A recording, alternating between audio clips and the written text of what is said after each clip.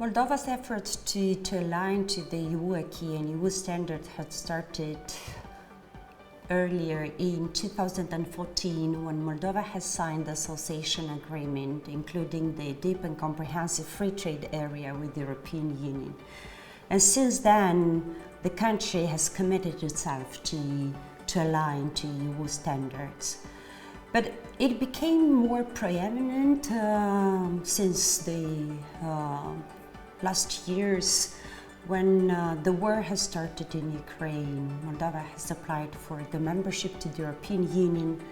Later, it obtained the candidate status, and the decision of the European Council from last year to open the accession talks made us to acknowledge that we have to move even further in a much more accelerated way.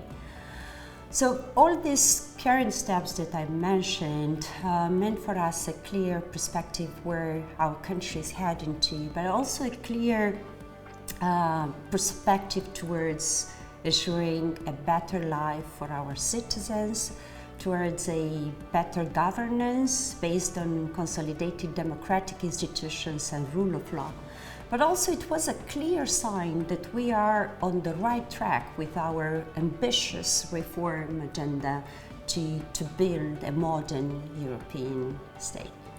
So in order to highlight the major, let's say, reforms that are undertaken in Moldova, so I would start with the DCFTA and trade liberalization, which we started, as I mentioned, since 2014 when the association agreement was signed.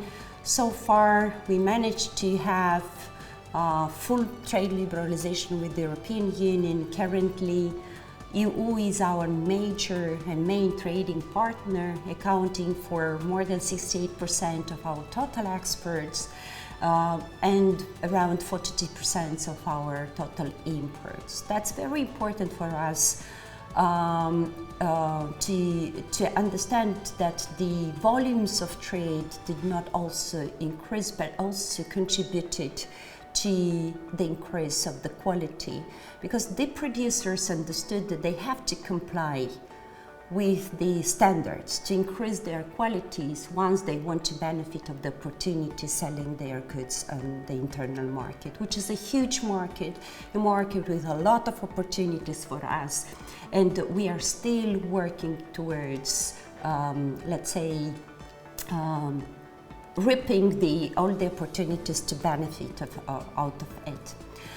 Efforts have been done in order to ensure macroeconomic and stability and economic reforms. And it's worth mentioning in here that's probably one of the most challenging one, considering that we are operating in a very, very complex economic and social environment that is primarily caused by the war, where the Russia's full-scale invasion in neighboring Ukraine, and that makes our job and life more complicated than we wished to have. Efforts have been done also in improving the banking and payment system, and it's worth mentioning in here that we have applied to single euro payment area, and Moldova has committed to undertake all necessary steps in order to get full membership. Earlier this year, we have submitted our first economic reform program. A national economic development strategy is ready to be adopted, and a growth plan is in the pipeline, which will be in the next years the main strategic framework for ensuring and fostering economic growth, but also attracting investments in the key priority areas of our economy. It's worth mentioning also the efforts that Moldova has done throughout the years in order to improve public services. The main focus was on digitalization. Currently, around 70% of all public services are digitalized.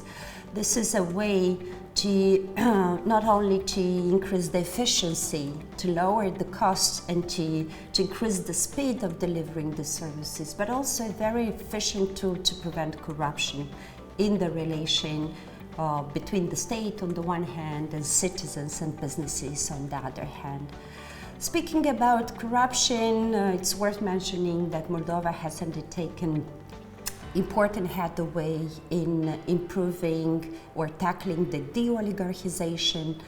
A very important law on reducing the use of cash payments was adopted, which we envisage that will bring a lot of economic benefits to the economy.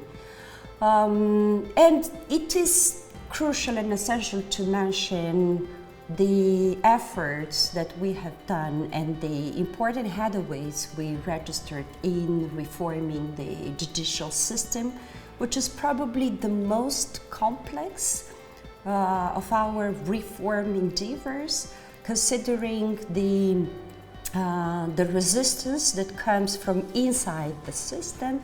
Nevertheless, I would like to mention a few achievements that we managed to register in this regard. So far, all the members of the self-governing bodies of judges and prosecutors, members of the Supreme Court of Justice, and all the others have to now undergo an independent vetting process and evaluation in order to improve their integrity. So we do acknowledge that an impartial, accountable and professional judiciary system is crucial for us to align to the EU standards and to the EU acquis.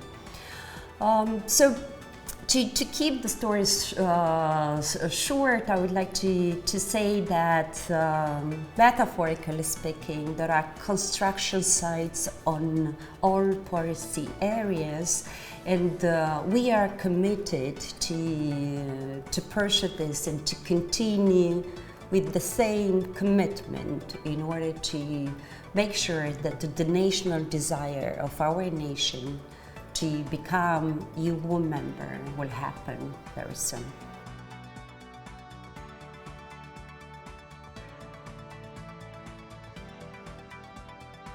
This is not an easy process. It requires a lot of effort, time, and resources, and therefore the main challenges come from this. Still, human resources is a big challenge. Even though the government has undertaken a lot of, let's say, initiatives and actions in order to increase the attractiveness of the public servant position, is not yet a position that a professional would dream to. So therefore, we are still looking to knowledgeable and professionals that would love to and would like to contribute to huge efforts that we are undertaking in order to accelerate the European integration process. But also we are very much looking at the attracting youth in the government.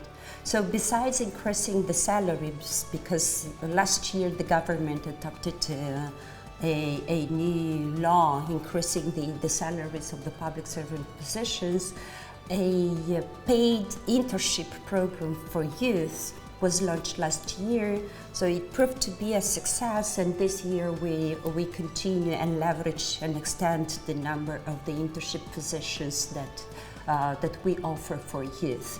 That's a good opportunity for them to see and to understand what's the public position about, and to start understanding better if that suits for their profile. And once they finish that internship program, they can apply for a position much more confident and much more prepared. But also efforts are done in order to strengthen the capacity of the existing personnel, because it is important in this process to keep the people and maintain and motivate people. Yeah? We need to have that memory along the process. So several trainings are carried out in different topics and in different areas, including the English language, which is tailored to the European integration process currently is starting. So we are aware about the fact that and it's not only the government but also the line ministries and subordinated institutions that are struggling with this, and several actions are done in order to attract more people. Another challenge would be costs, of course, resources needed. We are aware that in some sectors we might incur some costs, especially in those sectors where businesses need to adapt EU standards. And in here we're talking about environment, about the market requirements, and agriculture, and many others.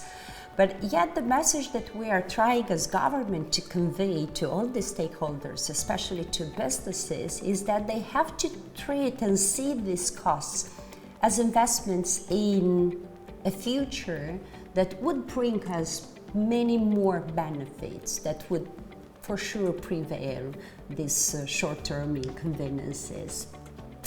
And another challenge that we're coping with is the fact that we need to deal with the hybrid attacks that we do have, the Russian propaganda, and the fake news about the EU, which in the last period, the last time, becomes more and more preeminent. What was the government doing in this regard? Efforts in order to strengthen the cybersecurity. A new agency for the cybersecurity was set up, and a huge plan to tackle all the cyber and hybrid attacks. A new center for strategic communication and combating the disinformation was created, and the whole country is currently working on a communication strategy, because we understand that all these hybrid attacks are attempting to undermine our efforts to integrate and for the accessions, and we are determined to talk as much as possible to any stakeholder, to every single citizen, to explain in very simple words what are those benefits they would stand to gain by in the future when becoming EU members.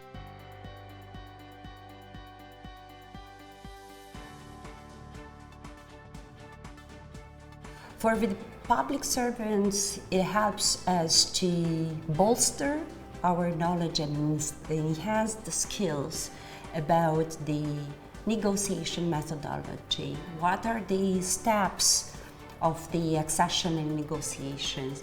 What we have to deliver, what we have to pay attention to at each of the stage.